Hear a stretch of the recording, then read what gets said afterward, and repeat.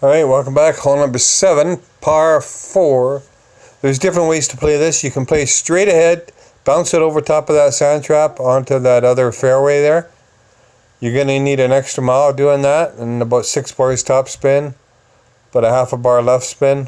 And we're trying to bounce it off the rough patch onto the fairway, and then you can hit a short iron with about 4 or 5 bars backspin and about plus 10 elevation. Or you can play this route. This route here is, we played 10% elevation with the first shot. Going about 4 bars top spin, 3 right spin, and you want to go about a half a ball curl.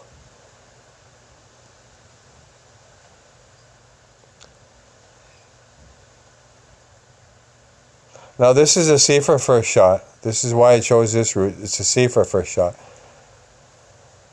Because with the going straight away, you might have to give it a little bit of overpower all the time. And if you don't hit perfect, you're not going to hit the sand trap and land on the fairway. So your second shot's going to be either from the rough or from the sand trap. But if you play this route, you got more of a consistent shot. And here is your second shot. Again, with this second shot, I used a bunch of different clubs. I used a Saturn, I used a Goliath, and I finally used a Grizzly, and I finally settled with the backbone being the best long iron for this particular shot. Not sure why, it wasn't working with the other ones, it was always missing or whatever, but with this particular shot you have to be careful with. Now with this one we're going to go with the 0% elevation plus 0.1 ring.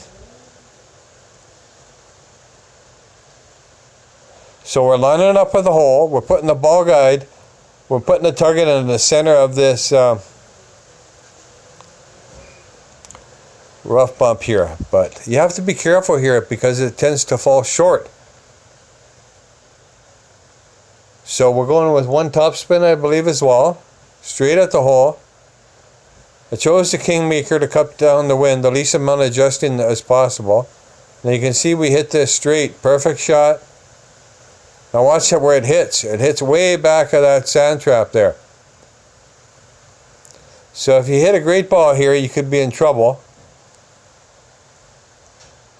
The only other way you could fix that from landing so far behind in that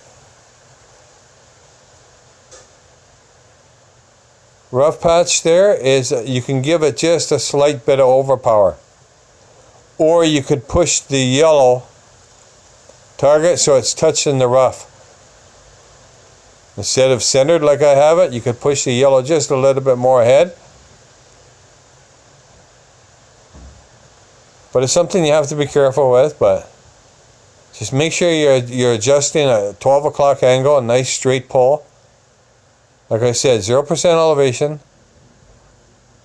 It can be a pretty consistent shot too, this one here, so not ruling this out for the next time I play it. The angle was nice, you know. If we're adjusting back down into the sand trap, I wouldn't play this shot. For sure I would go the other route, and I'd go, you know, with an overpower shot with the extra mile, hitting a rough bump onto the second fairway. I would play it that way.